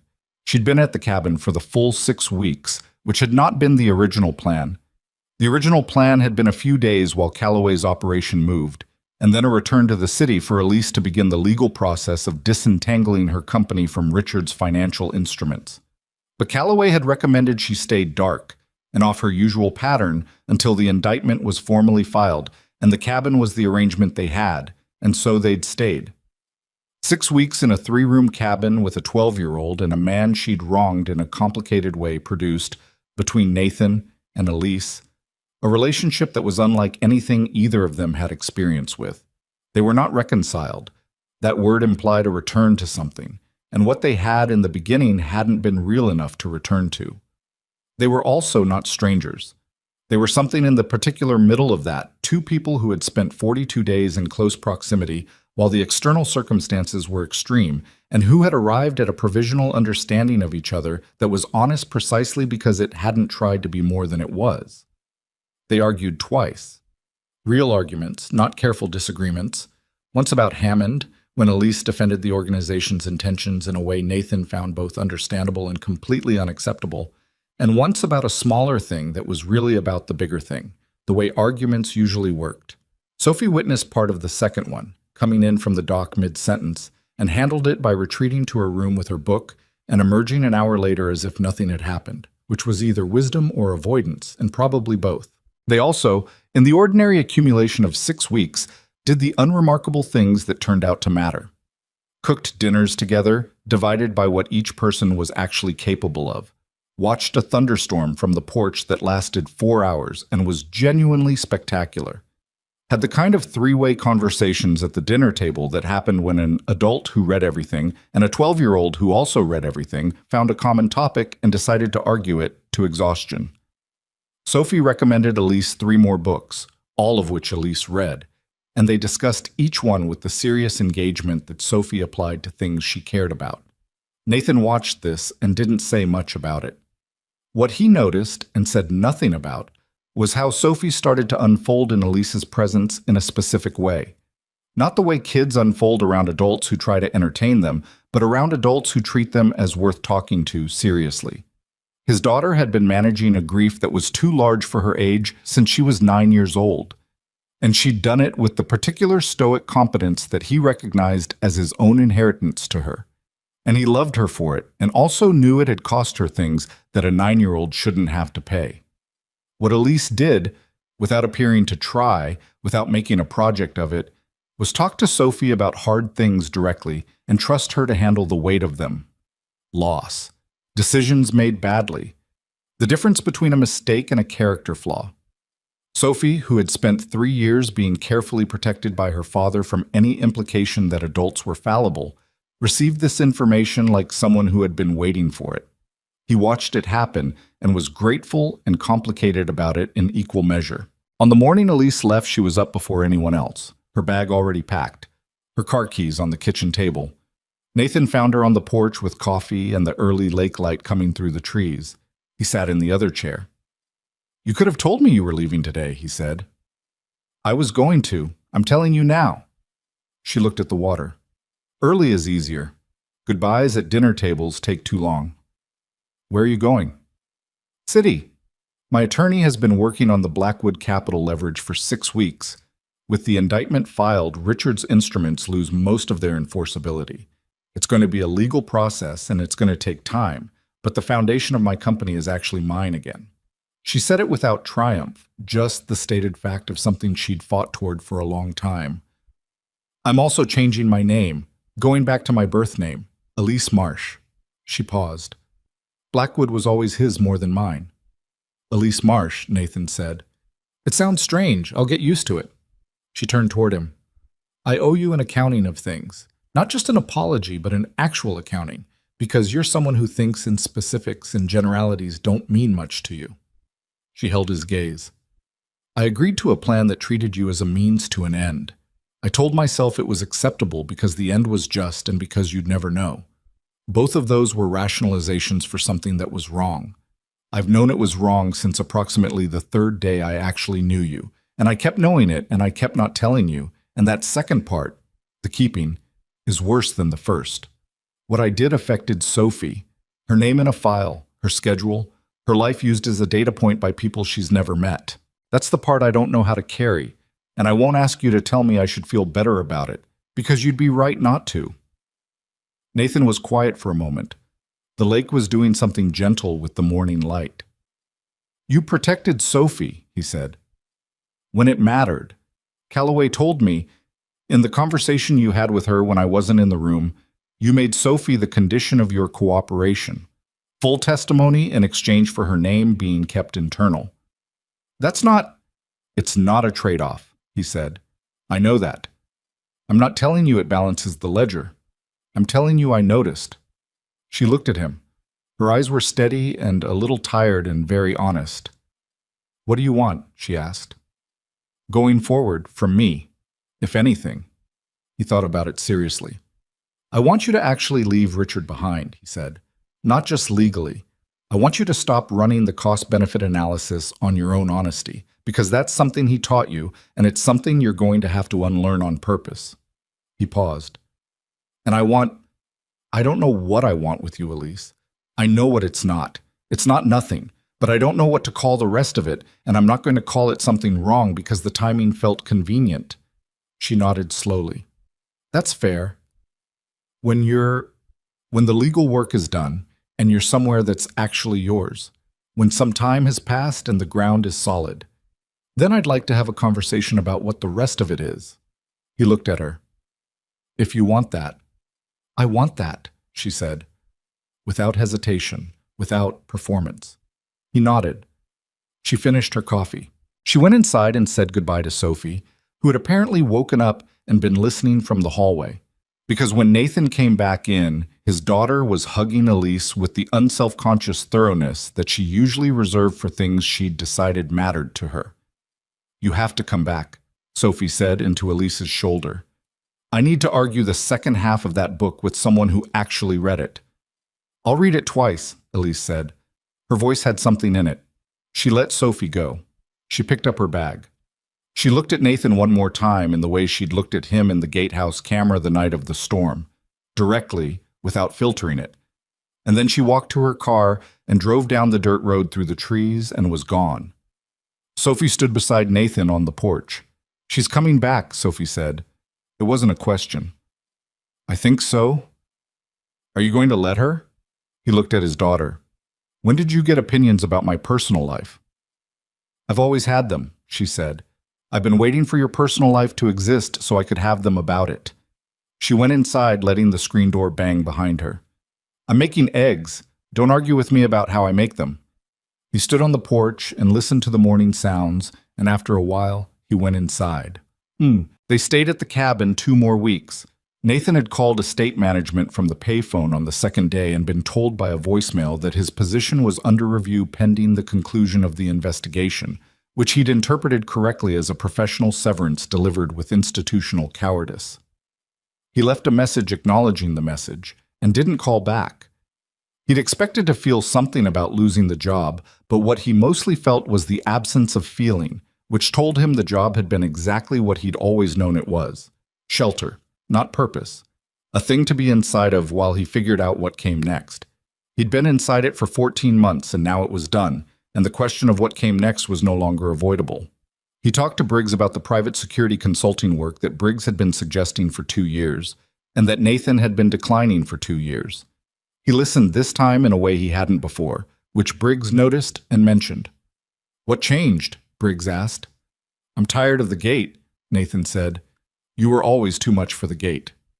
"I needed the gate for a while." "And now?" Nathan looked at the lake through the cabin window. Sophie was on the dock reading, her feet dangling above the water, her hair in the same messy arrangement she insisted was intentional.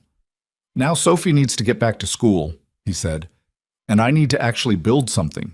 He took the consulting work. The first contract was a risk assessment for a mid-sized financial firm that needed someone to audit their physical security infrastructure. No combat, no weapons, nothing that required him to be anything other than the person who knew how buildings worked and how people moved through them and where the gaps were. He did it well. He knew he did it well because the firm paid him for a second contract before the first one was finished. It wasn't the gate and it wasn't the service. It was something in between that fit the person he'd become rather than the person he'd been, and fitting mattered more than he'd understood when he was 26 and operating at the edge of everything. Sophie started at a new school in September. It was 40 minutes from the lakeside rental they'd found in the first week of August. A small house on a quiet road, actual land around it, a dock that wasn't as good as the cabins but was theirs. Sophie had chosen her room with the window that faced the water, which she called her reading light, and which Nathan privately thought was the best view he'd ever given her. The new school was smaller than the old one. A month in, Sophie reported that the history teacher was good and the math teacher was bad, and there was a girl named Okafor who had also read the Codebreaker book, and they'd had an argument about it at lunch that had apparently formed the basis of a friendship. "She's wrong about the 3rd chapter," Sophie said at dinner, "but she's wrong in an interesting way." "That's a good quality in a friend," Nathan said. "I know. I'm keeping her." He watched his daughter talk about school, normally, animatedly, with the specific energy of someone who had been cooped up in an adult situation for 2 months and was now returned to the texture of her own life, and felt something he hadn't felt in a long time. Not happiness exactly, which was too simple and too fragile. More like solidity, the sense of a foundation under the day that wasn't borrowed or temporary or built on something else's schedule. He thought about his wife sometimes, and it still hurt, but the hurt had changed again in the months since the cabin. It had become something he could hold at a slight distance and look at honestly. The love that was real and the guilt that was real, and the way both of them had coexisted in him for 3 years, as if they were the same thing, when they weren't. The accident was not his fault. He'd known this rationally for a long time. He was beginning to know it in the other way, the harder way, where the knowledge actually reached the place where the guilt lived and started to negotiate with it. He didn't know if that ever finished. He suspected it didn't, that it was the kind of work you did indefinitely at varying intensities, and he'd made a kind of peace with the indefiniteness. Elise called for the first time in October. Not a text, a call, which felt intentional. "My name legally changed 2 weeks ago," she said when he answered. "Elise Marsh." "How does it feel?" "Strange?" "Good.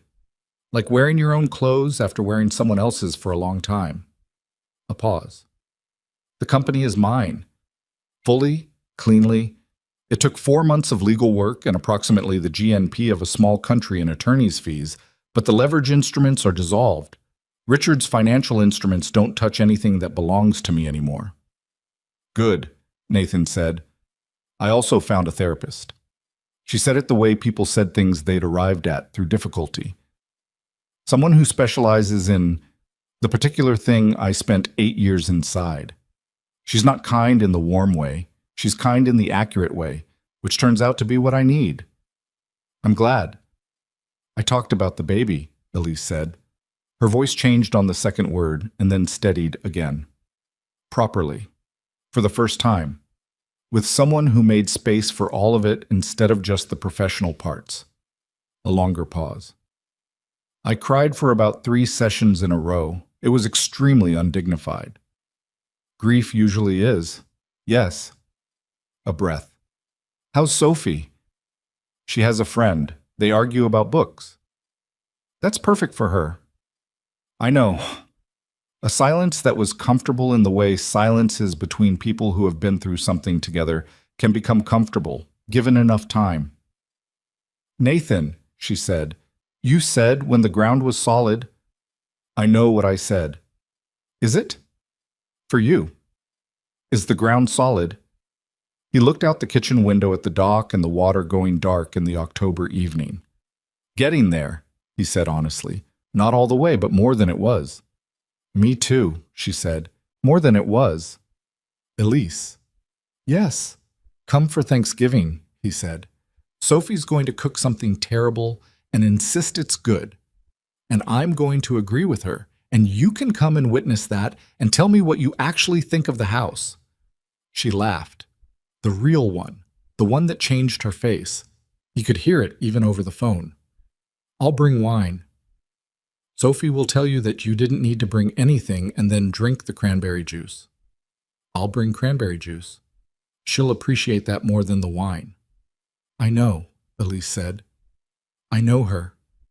He stood in his kitchen after the call ended and the line went quiet, and the house made its small sounds around him. The heat coming on, Sophie's footsteps above, the particular acoustic signature of a space that was becoming familiar in the slow and unglamorous way that familiarity actually built itself.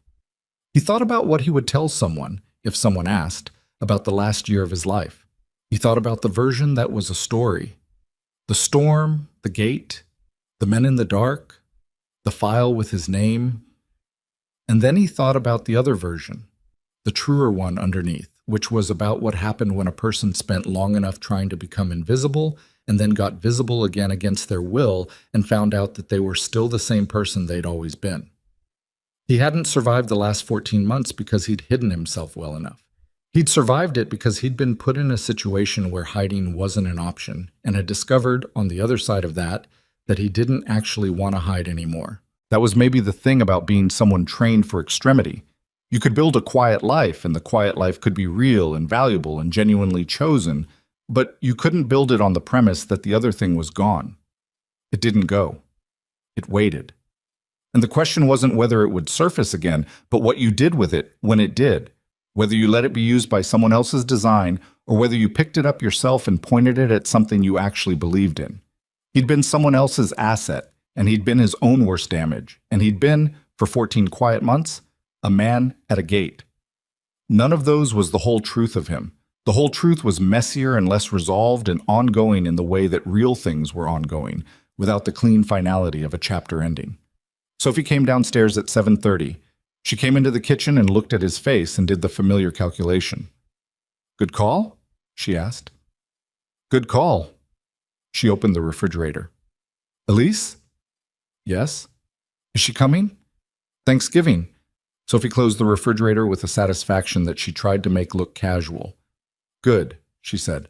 "I have a lot more books to discuss." "That's not the only reason." She looked at him with the clear-eyed assessment that sometimes made him feel like the child in the room. "No," she said, "but it's a reason." She got out the ingredients for something she'd been attempting to make for a week and failing at in instructive ways. "Are you okay, Dad?" "Actually okay." He thought about the question the way she'd asked it, not perfunctorily, not the way people asked it in passing, but actually, the way his daughter asked things, with the expectation of the real answer. "Getting there," he said, the same words he'd used on the phone. They were still true. "Me too," she said. She started doing something ambitious to an onion. They stood in the kitchen together, father and daughter, in the house that was becoming theirs in the particular cumulative way that time made a place familiar. The water was dark outside. The house was warm. The onion was not going well. "Can I help?" Nathan asked. "No," Sophie said. "I've got it." She didn't have it. He watched her not have it for another minute and then took the knife gently out of her hand without asking again. "Move over," he said. She moved over. He cut the onion the way he'd learned to cut things in a field kitchen in another life, efficiently and without ceremony, and Sophie stood beside him watching and not saying that she could have done it, because she was 12 and stubborn, but she was also honest enough to know when she needed to let someone help. That was its own kind of growing up, Nathan thought, the willingness to let someone in without calling it surrender. He'd taken a long time to learn that. He was still learning it, in the way you kept learning the things that mattered long after you thought you'd finished. Every morning, a new chance to practice. Every evening, an accounting of where you'd managed it and where you hadn't. And the patient ongoing work of being the kind of person your own life was worth building around. The onion was cut. Sophie took it back with the proprietary confidence of someone who'd been watching and was now ready to apply the lesson, and Nathan stepped back and let her, and the kitchen filled with the ordinary smell of something being cooked. Outside, the lake was quiet. Down the road, Mrs. Aldrin had her light on. 2 states away, in a city apartment that was hers in every sense the word could hold, Elise Marsh was presumably doing the equivalent thing, making something from what was left, putting one honest day after another, finding out who she was without the architecture of someone else's control defining the walls. And in a federal facility, the legal process was doing its slow, unglamorous work on a man who had believed long enough that he was exceptional to the rules of ordinary consequence that he'd forgotten those rules didn't actually require his belief to function. None of it was clean. None of it was finished. The anger about Hammond's operation hadn't resolved itself into forgiveness, just into something colder and more permanent that Nathan kept in a separate room of himself and checked on periodically. The guilt about his wife still visited, still needed to be talked to in the way he was learning to talk to it. Sophie still woke up some nights and came and stood in his doorway, not asking for anything, just needing to know he was there, which he always was and always would be. The scars were real. The damage had happened. That was the thing about truth. It didn't retroactively clean up the events that had preceded it. It just meant you were standing in an accurate place when you looked at what came next.